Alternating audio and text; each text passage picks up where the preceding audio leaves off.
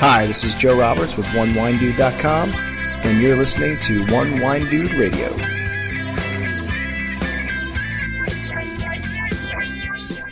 Today I'm talking with jaimekaraujo, but not about her parents' fabulous wine estate in California. Jaime is the founder of a wine consulting group called Terravina, based in Paris and in Hong Kong, and she's the co-author of a recent report that's available for sale to the wine industry about the Asian wine market. Jaime helps us demystify the real reasons why the Bordeaux price market is so crazy in Hong Kong and other areas of China. And also, among other things, talks about what Chinese wine will start to look like when it hits the U.S. market, what varieties we might expect to see, and how all that will take shape. It's a really interesting conversation, especially if the only thing you know about the Asian wine market are the crazy headlines you've seen in most of the media. Let's have a listen. Hey, well, thanks so much for taking the time to talk with me. Congratulations to the Steelers, by the way. Oh, thank you. Yeah, it's I'm starting the day in kind of a mixed mode because I'm conflicted because the Steelers won and it was such a great game. So, yeah, I'm on this high. But my wife decided we're sort of doing a detox week, so I have no coffee. Ooh. So I'm on this if I seem psychotic and I'm jumping between like manic depressive states, you'll understand exactly why. Excellent. Won't take it out on you. And obviously, so we should introduce you, jaimekaraujo, who folks will be familiar with your last name because your dad owns this tiny, little winery in California. A couple people might have heard of that, right? But you are the founder. You have your own wine cred. This is why we're talking to you, right? You've worked in the industry. You're a WSET student. Not WSET. Oh, okay, sorry. Oh, no, hang on. Yes, I am WSET. Good Oh, Lord. so traumatic you forgot, yeah. And I created Terravina, which is a wine marketing and strategy consultancy based in Paris and Hong Kong. Excellent. And the reason we want to talk is you've just released this report on a topic that has, I think, most of the wine world confused and stunned, which is the Asian wine market. So the stuff that's grabbing overexcited. Right. And and the report is, the purpose of our talk is not to get you to reveal all the secrets of your report, since it must have a lot of juicy stuff in it, because it's like $1,100. I said, wow, I can't afford that, but maybe a couple secrets, I don't know, but at least to help us demystify a little bit of what's happening in Asia from I think more from the wine consumer, wine geek standpoint, because I think right now people are seeing headlines all over the place. It's just, okay, we've got major chateau in Bordeaux. The first grocer, they're sticking Chinese letters on their bottles, and you hear about these incredible prices and they're skyrocketing, etc. And the focus seems really on the highest end Bordeaux, because that's what seems the salacious thing, is grabbing the headlines. And every time I see those headlines, I think, didn't we already see this? Like, didn't this happen in the 70s? I mean, not in Asia, but in America, right? and then the bubble burst, and but I mean, the bottom line, I guess, the first thing you can probably confirm is, I mean, Bordeaux prices have disconnected with reality since 1973 or whatever, and they're never coming back, right? I mean, I think it would be difficult to imagine Bordeaux coming very far back down, but for lots of different reasons. I think partially because you have a lot less variation today in vintages than you did 30 years ago. Mm-hmm. Whether that's global warming, or whether that's technological prowess, or whether that's the fact that people just clean out their cellars right now. Right. I think you could make an argument for all three. All the above, yeah, I'm sure, yeah. But there's a lot more, it's not like you have a fabulous year and then a really crappy year. So I don't think that the difference in prices is going to be huge. And the problem is, you put your prices up 50%, you get used to having that kind of cash flow. It's a little difficult to go back and go down 60% the next year. Now, the whole idea in Bordeaux is that is kind of supposed to be managed by the négociant, Right. right? The sort of this La Place, the system where actually the majority of the big wineries in Bordeaux don't actually sell their own wines to importers or anyone. They sell to middlemen who then go and sell the wines in market. And the middlemen actually buy the wine before it's even been put in bottles, blah, blah, blah, the primeurs. Yep. And so for a long time, it was a nice way for the wineries to just get their cash up front, and for the middlemen to speculate and potentially make a lot of money or not, depending on how things went with the vintage. Now, the issue with China, and you're right, the report that we've just brought out, it's actually a joint venture between my company, Taravina, and Asian Palette, which is Jeannie Cho Lee, who's the first Asian master of wine based over in Hong Kong. And the reason we actually did the report was because there's so much, like you say, there's so much hype and there's so much stuff going on and people talking about China and saying all kinds of things about it. And there are so many numbers you can throw out where China is concerned, that we felt it was really important, particularly for brand owners, to have some kind of basis in reality. Right. With people who actually work in the market, who actually know what's going on, and who can do a little bit of the reality behind all of the hype and all of the different numbers. And one of the things that I think, you're absolutely right about the U.S. Having had the exact same effect on Bordeaux prices years ago, and the bubble burst.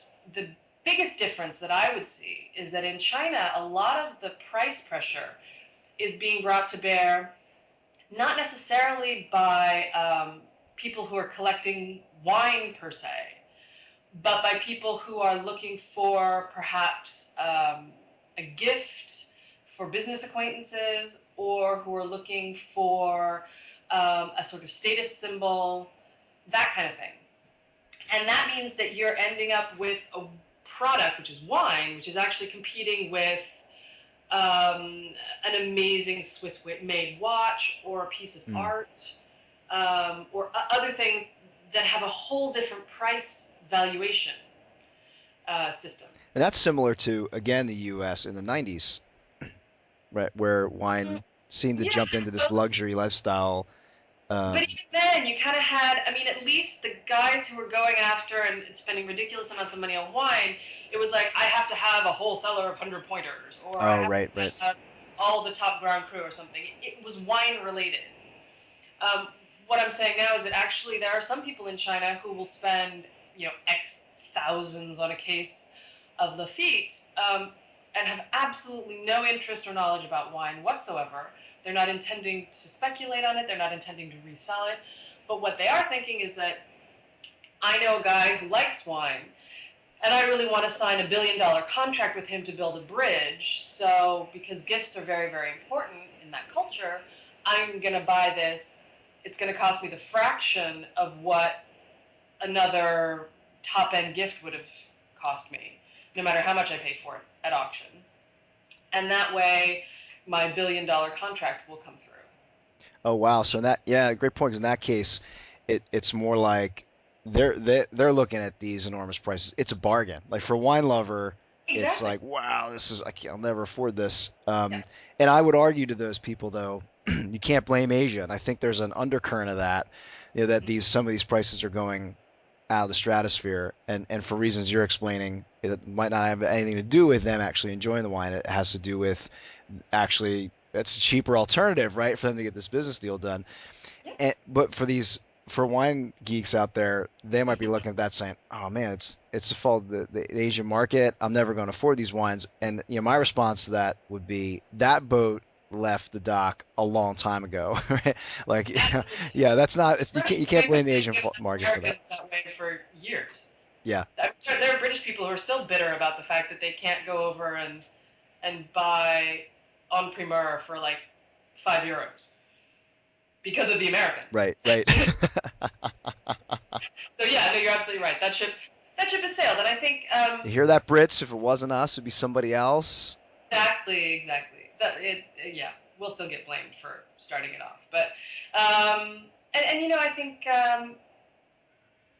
it's going to be very interesting to see how it develops, because there will obviously be some kind of market regulation as things cool off, and I think things will probably cool off as we go forward.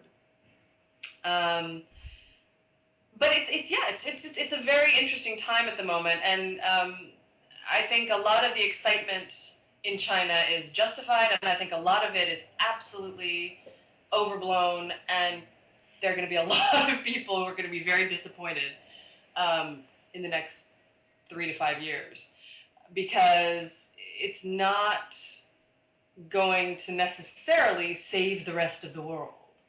And one of the things that I see a lot in my business with Terravina is people who are neglecting their traditional markets, who actually do quite a lot of volume for them, but maybe not quite so dynamic at the moment. And they're putting all their emphasis on China, where it's, at the moment, it's the Wild West. There are some really great opportunities for certain sectors and certain kinds of wine, but for a lot of people, it's really going to be very difficult to make any kind of impression. And so I think, when we start talking about, $1 billion of this and 500 million of that, and even if everybody in China only drank a half glass of wine per year, we would triple world volumes and blah, blah, blah. It's like, well, yeah. But, every industry's been saying that for the last 10 years. And in fact, one thing that's interesting, in the press preview of the report that you sent over to me, one thing that jumped out at me was, you can say France and Australia have had this enormous growth there. So the reality is that that does not happen overnight, except in extreme circumstances there. And these businesses have been in that market for decades, and it's just now starting to culminate in something for them. To pay off. No, exactly. And actually, I say pay off. I think your wording is probably more correct. I don't think anyone's going to see a return on their investment for a whole lot of years. And, it's very interesting. A lot of the whole, the volume things remind me again of the U.S. maybe 15, 20 years ago. When we started saying, oh my gosh, there are all these millions of people, and if all Americans only had one glass of wine right. per year, we'd have all this volume. And it's like, well, we're actually becoming a pretty sophisticated wine country, I think, in the U.S. And yet there are still huge swathes of the population who drink no wine at all. Yeah. And probably never will. And if you can imagine the disparity socially in China being much more pronounced, the exposure to a whole different culture. The other thing in the U.S. is that, it's a melting pot of a huge number of cultures, but a lot of European cultures who had a wine culture. China does not have a wine culture, really. They're creating one internally. And actually, I think a lot of the volume that's going to be drunk in China is going to be domestic. Yeah, it's going to be a big disappointment to some people. Yeah, that was one thing I wanted to touch on with you, actually. Again, in the press preview of the report you sent me, you mentioned that there's a pretty large amount of production in China, especially, but that was this over 80% of the consumption volume is domestic. Mm-hmm. And that's, I guess, and even the stuff that's coming in imported it's not people drinking Lafite. They're drinking bulk wine. Yeah, there's a huge amount of, first of all, there's a huge amount of Chinese wine, and they're throwing in vineyards like you would not believe. One of the things China has a lot of is space, and it's a country where when they decide to do something, everybody goes in the same direction, sort of thing. So not only do you have government subsidies, but you have these kinds of tax breaks, and you have these kinds of encouragements, and you have wine shows, and you have all kinds of different things that are helping the wine industry to grow. And, the majority of Chinese wine at the moment is pretty much undrinkable, but there are a couple that are really actually very good. And it's going to be just a matter of time because they're putting a huge amount of money and effort into getting the best and brightest to come over and figure out how to do things better and really improve. And I think within 5-10 years, the cheap wine on the shelf is not going to be Chilean anymore. It's going to be Chinese, probably. When you say on the shelf, do you mean in Asia or even outside of Asia, like in the U.S.? Outside of Asia. Oh wow, yeah. Outside of Asia. Interesting. More competition is good. I'm happy about that. Some people don't agree, but no, it's and so it's going to be interesting. Yeah, and definitely, like in any country that has a major production, local production will always have a huge influence on the people, certainly in the area, and even nationwide. There's a national kind of pride, and there's also, the national products, they understand their consumer so much better. Their packaging is more adapted. Their pricing is adapted. They know when to put what kind of wines on the shelf. They have the contacts as well to be able to make the deal with the supermarket or the wine shop to get themselves listed. So I think imported wines have a hugely difficult road ahead of them. And it's certainly, again, there are enormous opportunities. There's no doubt about it. But it's far from being as easy as some people, as easy as saying there are 500 million potential wine consumers or something like that. You can't discount the home field advantage, like you're saying. I think you hear that, Jets fans. Sorry, this will probably air way after that game anyway. But one thing I was thinking of was I think it was Simon Tan who at the International Wines Portugal conference earlier this year, or I should start earlier this year. We had a presentation by Simon. And he was sort of talking about the some of the things that you kind of take for granted that culturally have very distinct meanings and can really hurt you. Some great stories. Yeah. So I mean, he had one where he showed this picture of I think it was a New Zealand rugby team or something like that, on the sidelines with green hats on, green caps. Oh yeah. And all the Asians laughing, I was like, what's that? He goes, well, it basically means you're a cuckold, like and so this is the kind of stuff you can't do, when you come over to Asia. You have to understand that sort of that, how those cultural things influence the markets.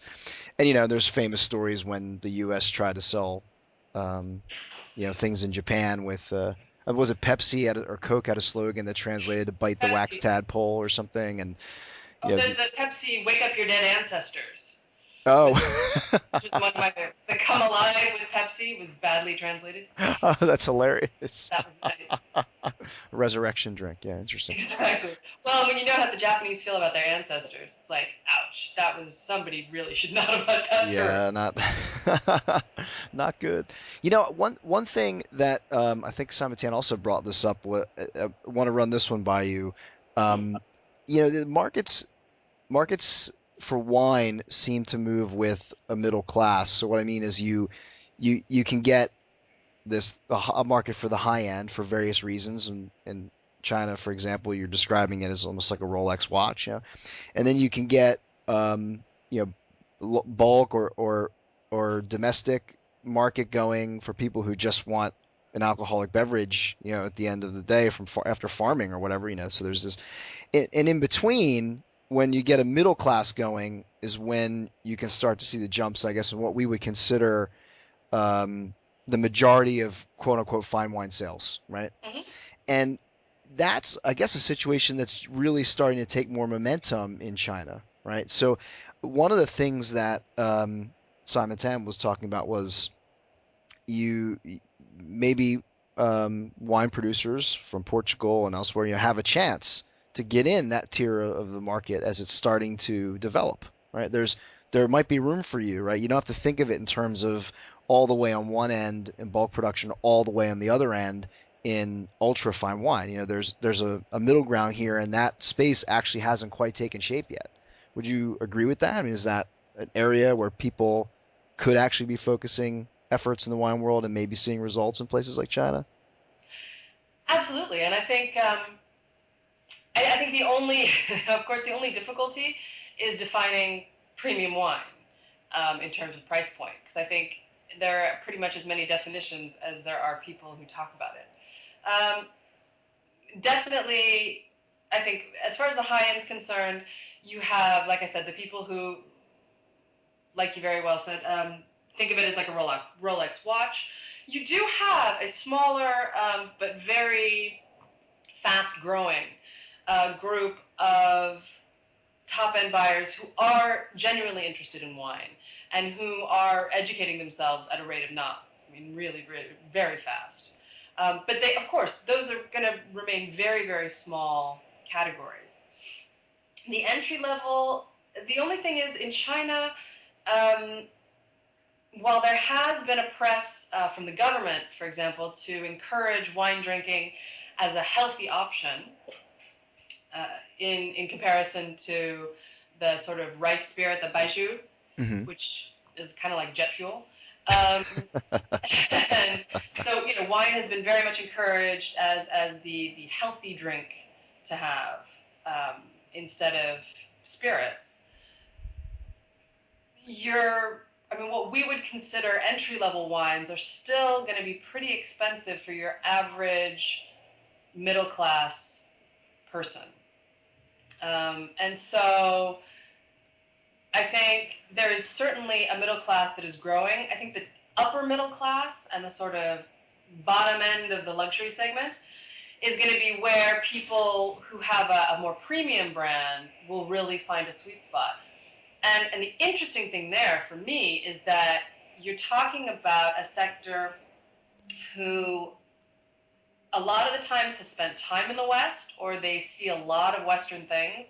They're really interested in a lot of the luxury end of things in terms of Western culture, Western icons, Western images, but at the same time, they're very much attached to China and being Chinese. And so they're finding ways to meld the two. And it's really fascinating to me. I think the luxury brands, like all the handbag and luxury goods, Dior, Vuitton, Hermes, have all figured this one out and are doing a great job. My favorite, I think, was one of the Dior adverts recently that has, their French woman standard bearer model who is in the ad, but it's shot in Shanghai with the Shanghai Tower, and the man in the ad is actually a top Chinese actor. So they've got this kind of, okay, we're French, we're incredibly sophisticated, you want to buy it because it's European and stylish, but it also has a Chinese connection. Mm.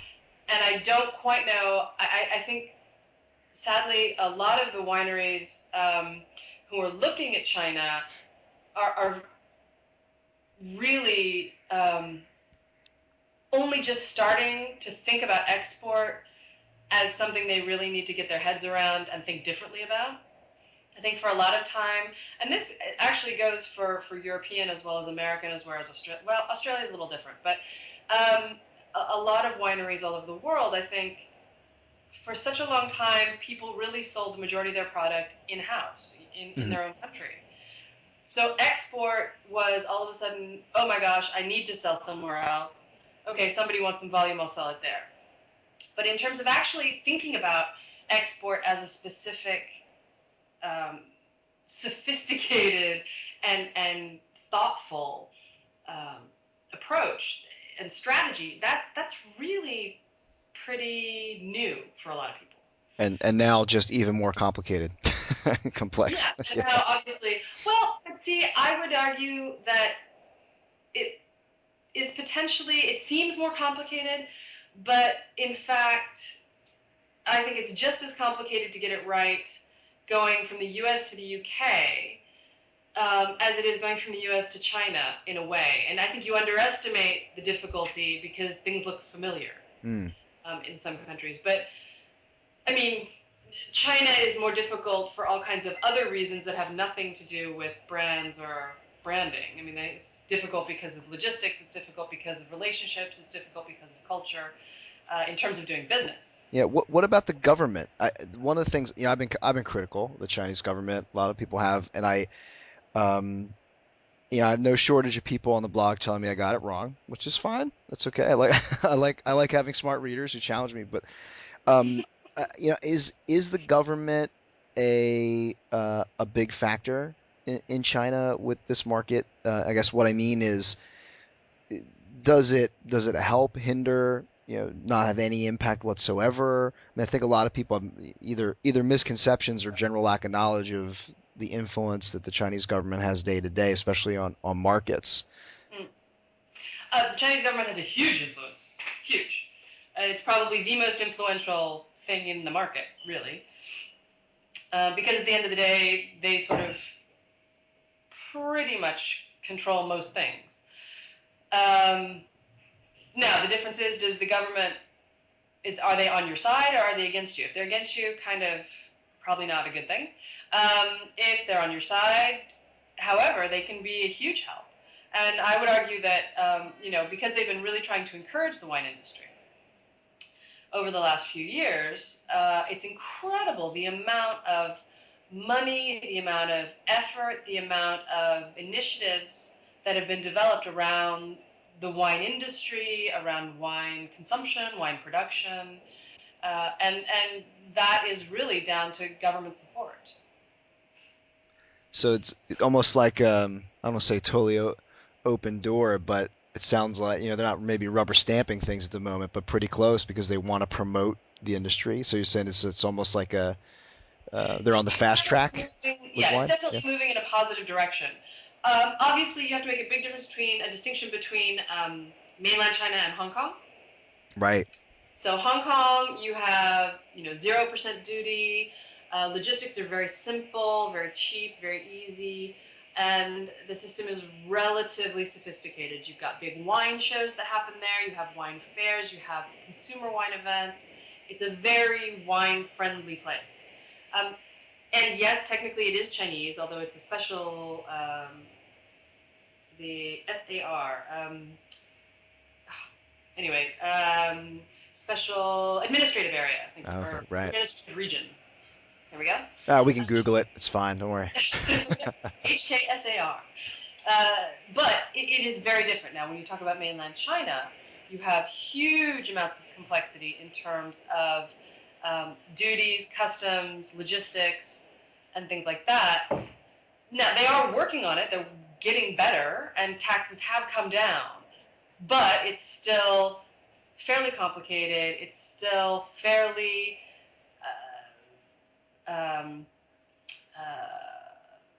difficult to read because there are a lot of different rules, and it kind of depends on who you're talking to as to which rule gets applied in terms of customs. So, your importer really is the most important person that you know in China because they're the ones who are going to be doing all of that stuff. And a good importer is more than crucial. Grease the wheels. Yeah. So, that being said, will it go in a more positive direction? I think probably. The only big issue that I can see coming up against that kind of development would be if the internal production started feeling threatened by imports and they turned a little protectionist in order to protect their local winemaking and wine producing areas, which is the case, for example, in India, which is why you have like 380% tax or something on imports. Oh, wow. Yeah. I mean, people, yeah, it's interesting because with the headlines around the Bordeaux prices in Hong Kong, auction markets, etc. It's really focused on China. Meanwhile, I think doesn't Michel Rolland have a consulting gig in India, and Japan is probably still the biggest thing going from a market perspective Oh, in that absolutely. area of the world, right? I mean, these are Japan is a more mature market, so it's kind of leveled off.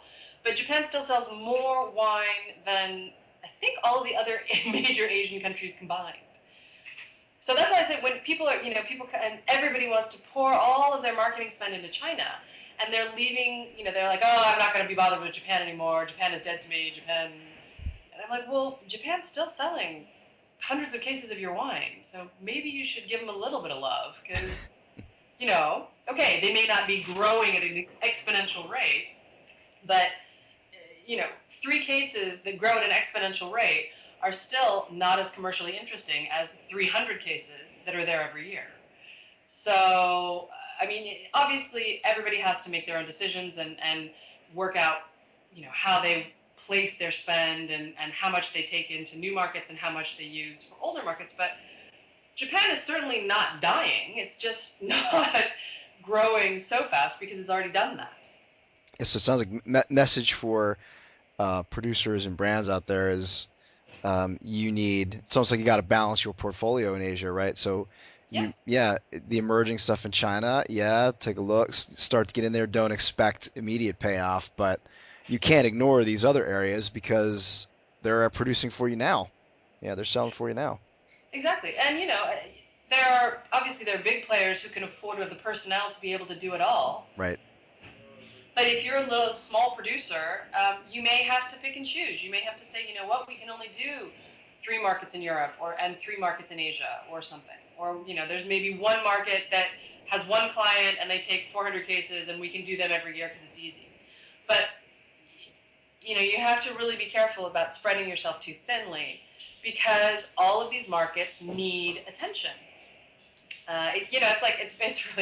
It's pretty funny. When I first started off, a lot of what I was doing 6 years ago, 7 years ago, was talking to French producers about the fact that they couldn't just sign up with somebody in New York and then fly to LA and do LA and then fly to Miami and do Miami and then fly to Chicago and do Chicago and then they were done. That all of these accounts needed to keep, the contacts needed to stay open, the communication needed to stay open, and they needed to come back and visit, and they needed to maintain that relationship. It wasn't enough just to sign the contract. Couple more questions for you. One is in getting back to China for a second. Do Yeah. you and getting back to the salacious headline stuff, the really high end.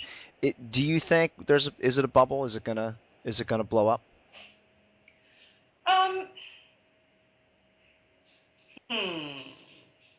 Is it a bubble? Are you Meaning talking the about wine sorry, generally, or are you talking about the major prices for big Bordeaux's? the latter for sure. The major prices, big Bordeaux, these enormous stuff going at auction, etc. I mean, it's so similar to what we've seen a couple times in the U.S. and other markets. I mean, you think it's just inevitable that the bubble's going to pop at some point? I mean, it's fairly rare that a trendy product stays trendy forever. And at the moment, things like Lafite are very much the flavor of the month. Now, they have been for a while, and they are for lots of reasons that have nothing to do with kind of flash in the pan stuff. They have to do with serious quality. Lafite is one of the best wines in Bordeaux and probably in the world. Mm-hmm. And they have a name that sounds great in Chinese. They have had a lot of contact with China over the years, and they have made a real commitment to the market.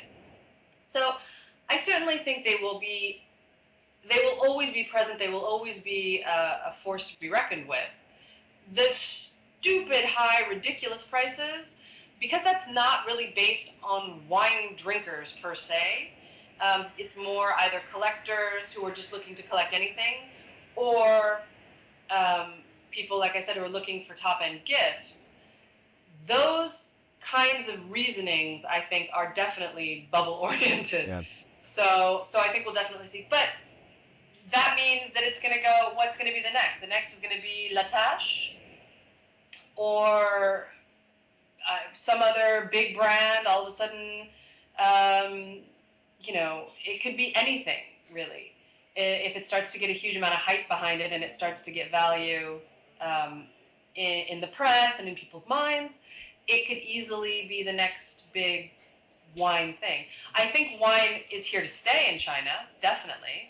I think it's a wine culture that will only grow and develop over time, but it will take time. And so people need to be able to get into the market. They need to be able to stay the course and really invest over the long term. I mean, one of the things people need to remember also about China, and this is kind of general about doing business there, is that relationships are not built in a day. It's the opposite of Hollywood, if you will. So whereas you could be best friends with somebody in 20 minutes over lunch, in Hollywood, in China, it may take 2 years for you to even sign a contract with someone, and that's 2 years of meetings and phone calls and hard work and gifts and all kinds of stuff. Because at the end of the day, it's a very relationship-based culture, and relationships aren't built overnight. So it takes time, and people need to be patient. But certainly, I think it is a market that's going to have good wine consumption going forward. It's going to have increasing wine consumption going forward. And the people who can actually place themselves in that market and stick around. Have the patience, yeah. Yeah, will probably reap the benefits later on. Great. One thing it's for the wine geeks, right? One thing they've noticed is the big wine critics in the media paying a lot more attention to Asia over the last, I'd say 8 years, and especially now in China. And how important are they in driving the markets generally there right now? And I'm talking not just about, say, Robert Parker scores, Wine Spectator type scores, but also within China. Are there critics or folks within the media that covers wine there that are having influence locally? To date, really, I haven't seen anybody in mainland China who has a huge effect, mainly because it's a very, very, very new culture, and I think most of the people who are into fine wine are really taking their cues from international media, like Parker or Jancis Robinson. And I think that the younger generation, however, what's going to be very interesting to see is how that develops. Like your good self, there are quite a few wine bloggers in China. And yeah, I've noticed that some of them reach out to me, and their English isn't great, but it's going to be better than my Mandarin. And and I've been amazed because some of these folks are they're geeks. It's great. They are just as geeky as anybody else I deal with, or who reads a blog, or who other bloggers that I deal with in the U.S. I mean, it's fantastic to see.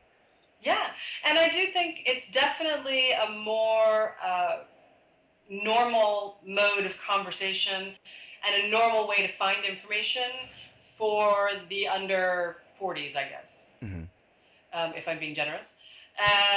And probably under 30s, really. But by much, but I'm still there. Don't.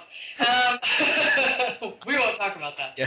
But no, but I do think it's definitely a much more current mode of conversation, mode of information gathering, and I think it's one that will definitely develop as the culture develops. Now, Jeannie Cho Lee, who, like I said, I worked with on the China report, she certainly has a huge influence in terms of Hong Kong and in terms of fine wine. But, all of the other, where do you find information in Mandarin on Jacob's Creek? Yeah. For example. So all of that stuff is really being taken over by individuals and by bloggers. And it's interesting, too. I find a lot of, there's a lot of wine information on blogs that have nothing to do with wine. So the guy who's the head of Microsoft Asia Pacific, he has a blog, and it's mainly to do with technology, but he loves wine. So whenever he goes to a cool wine dinner, he talks about it, and he blogs and tweets, and well, not tweets, actually the Chinese version of Twitter, because Twitter is not allowed in Oh, China. right, right. Yeah. And so, yeah, no, and so there's a lot of information that people who maybe aren't necessarily wine focused are getting as sort of collateral damage from just reading different people's blogs and information. Interesting, and especially in there are alternatives, I guess, what you're saying. In a way, Japan has probably the most striking alternative with, is it Josatake? Is that the name? With the manga comic where the guy's like, I mean, he mentions a wine, it sells out, and it mentions a wine, yeah. Absolutely. No, I mean, that was a phenomenon. That was absolutely unbelievable. Um, and there's nothing really, but again, the wine culture in Japan is so much more mature and so much more sophisticated that a manga about wine was much more likely to have success in Japan than somewhere like China, where it's all kind of brand new in a Hmm. way. Yeah, but I guess it's a lesson in sort of the brilliance of the idea and hooking into the culture, because you start a comic about wine in the U.S. and I mean, it's not probably gonna move any cases, but you Yeah. do that in Japan and bam, Also, it's selling comics out. are very different. The interesting thing is that the other country where that manga has been hugely popular, and not actually so much because of the subject and the production side, but because grown-ups are comic mad, is in France. Oh wow. Because comics are a big thing over in France, over here, because I'm in Paris at the moment. And yeah, there's this huge thing for grown-ups. I mean, there's this whole massive uh, thing of adult comics. And so the first thing they did with that manga was to translate it into French. And they sold millions. Yeah, smart. Definitely. Well, it also, I think it's also very, it's very easy to start talking about Asia as a place. And That's a big place. Yeah. it's a big place. Kind of a lot of different cultures going on. A lot of different wine cultures, a lot of different sort of human cultures. And even within China, the difference between a first tier, second tier, and third tier city is, I mean, it's enormous. It's absolutely outrageous. And if you think that China is like Beijing and Shanghai, then you're going to be very, very disappointed Yeah, I or guess. surprised. Yeah, it's interesting, because I think one of the things happening, I guess, right, isn't you've got people who are in the cities who are actually looking to move just outside the city now, similar to kind of movements that happened in the U.S. and other countries, right, where it's like, oh, I need a break from the city now. So it's almost Yeah. like you're getting these secondary cities popping up but obviously with different market potential. Hmm. No, absolutely. And a lot of the second tier cities are becoming really interesting targets for wine right now, because Beijing, Shanghai, the first tier is so competitive that if you are coming in with a brand that really doesn't have a big name, doesn't have a big image, you are probably more likely to do some really good, interesting stuff in a second tier or third tier city even, although third tier wine consumption is still, again, it's a little bit like the Wild West. Yeah, and And it's interesting. It's almost, I know, you speaking have with. to stop until the garbage truck goes by. Oh, that's okay. I can't hear it too. It's not too loud. All right. Good. I talking with some producers in Portugal recently. They were they were talking to folks about getting into China, and said, "Oh, what's your Robert Parker score?" So, oh, well, he hasn't reviewed the wine yet. I said, "Okay, well then we don't need to meet." And so we're at the point where it's already like the competition's high enough that's already creating that lazy market approach that you get with some retailers and importers, where they just go with scores and don't care about the rest, and it's like it's sad. I wrote it's kind of a scathing piece in the blog about it, but I mean, to your point, the competition's already so fierce in the upper tier there that you're already starting to see that kind of behavior. Yeah. No, absolutely. And it's like it's again the parallels with the U.S. you can't go too far with it, but there are some that are really striking. And, everybody always says, oh, I want to go to New York. Well, you know what? You really don't. Really. There's so much wine in New York. There is so much competition in New York. Really, your wine is not suited to that. And actually, I have a former client who was a Portuguese winery, actually, interestingly enough, who do a ridiculous business in Atlanta. And, when you think about it, CNN is based there, Coca-Cola is based there, they had the Olympics. Mm-hmm. So it's actually a pretty sophisticated second-tier city with a burgeoning gastronomical restaurant scene, whatever, and nobody goes there. So this guy's importer, every time he goes to visit, it's like Christmas. They're so excited to have him in market. They're so excited. They want to take him everywhere. He gets to meet all the right trade people because there's just nobody else going to that market because they're also focused on New York, San Francisco, LA, Miami, and potentially Chicago. But you know what? I met a guy. I met an importer from that area when I was in Portugal. Guy, he's Ty Pennington's brother. I never met their importer, actually. The famous Ty Pennington, but I can't remember his brother's name. But he was great. He was, say exactly what you're saying. They were really opening everything up to this guy, and he was clearly interested. Clearly had a palate for his particular market. It wasn't about scores. It was really cool to see. But it's a great point. There's those secondary quote unquote markets could have big potential. It could. One more question for you. Sure. So it's not too late over there, but I don't want to keep you all day. But I'm geeky. I could talk about this stuff for hours. But one last question for wine consumers. You mentioned we might start seeing at some point decent, cheaper alternatives to Chile, etc. Right, coming from China. When do you think that's going to start, and what types of wines and varieties do you think we'll start to see? Mm-hmm. I think we started to see some really interesting things at the higher end. One that stands out particularly is called Silver Heights. Young female winemaker named Emma Gao. I think they did a piece in the Spectator on her just recently, actually. And actually, I had her wine, which blew my socks off. It's a beautiful, beautiful, elegant, lovely wine.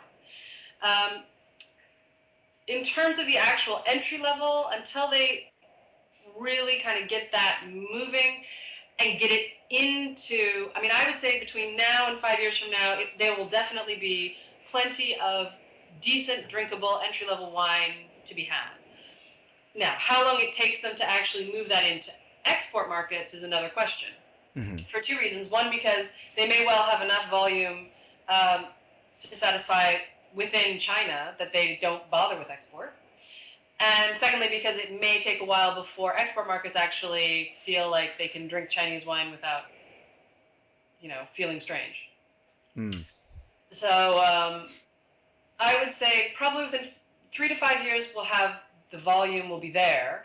And between 5 to 10, we'll start to see it in export markets. Interesting. So be on the lookout. And any call on varieties? Is it mostly international? It's mainly international varieties. The only really big different one would be what they call the Chinese Cabernet Grenache, which is an odd one. It's actually in Silver Heights, interestingly enough. Oh, okay. Yes. Interesting.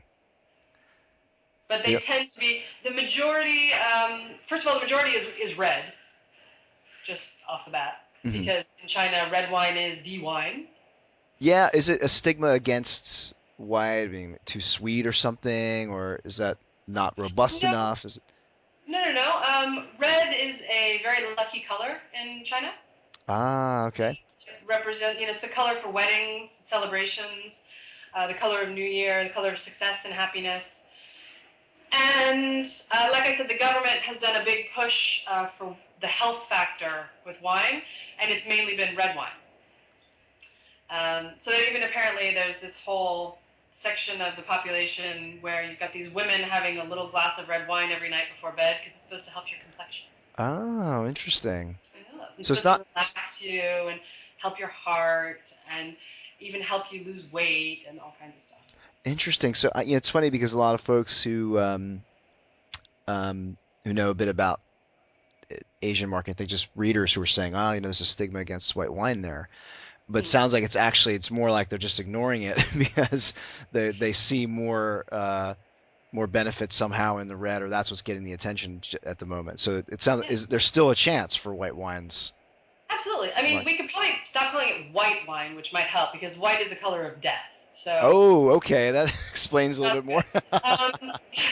Gold is good though. Gold is a good color. Yellow is a good color. So gold or yellow would probably be more helpful than white. And yeah, I mean, all it takes is finding out that there's some kind of appetite suppressant or, heart-based amino acid or something in white wine, and you have a selling proposition health-wise. In terms of actual marketing, I think one of the other things about a lot of white wines is that they have tended to be, in fact, not too sweet, but just the opposite, a little too acid. Ah, okay. Acid is not a huge benefit. Tannins, the Chinese are actually very cool with tannins because they drink tea, and tea is very tannic. So big red wines, no big deal. And the fruit and the body and the mouthfeel and all that texture is actually something that's very, it's more familiar to the Chinese palate than something that's quite thin and acidic. So whereas, in the West, we can kind of think of a fabulous sort of bone-dry Sancerre or Chablis or something with our seafood. Love that. For the Chinese, that would probably be a very unfriendly pairing. So, another reason why champagne has had such a hard time, actually, is because the champagne houses, for some reason, refused to do what they did with the U.S., interestingly, some of them, which is do a special cuvee with a higher dosage. And so they've done lots of studies that basically the Chinese love the bling factor in champagne, but they find it too sour. Oh, interesting. For brut champagne. And that's thanks for that. It's been a really enlightening conversation for me about that market. And there's just another great example, because there have definitely been people speculating just in Wine Geek Talk and blogs, etc. Oh, it's interesting. You get Bordeaux, but not Champagne. Like, how come Champagne isn't taking off there? There you go. Great explanation. No problem. Bubbles don't help either, though. The bubbles don't help? No, there's no real reference point for bubbles in drinks. Oh, carbonation in general. Yep. So it's not a happy mouthfeel. Oh, wow. Yeah. They're missing out. Hooray! Yeah, that's fine by me. I'm not completely unhappy with the champagne prices. Okay, they're not cheap, but they're not ridiculous yet. So that's fine by me. I can still get some of the best in the world for under $200 a bottle. Okay, I'm prepared to live with that for now. Life is good. Well, Jamie, thank you so much. You're very welcome. It's a pleasure. Yeah, for anybody listening who's an industry peep, it's terravina.fr, right? .com or .fr, you can do it. And you can check them out. And they do have, just because you're in France and Hong Kong doesn't mean that's all you do. You've got clients in California, right? And all over the place. So, all right. Hey, well, thanks so much. Stay warm in Paris. I will do. Yeah, have you guys got lots of snow there, I think? It's not a ton of volume where I am. It's just incessant. It's like we're getting yet another storm overnight or something. So I'm picked the wrong time to have a snow thrower that doesn't work. Getting a lot of exercise. Excellent. Yeah. Stay fit. Yeah, will do. Cheers. Take care, Joe. Bye-bye. Bye.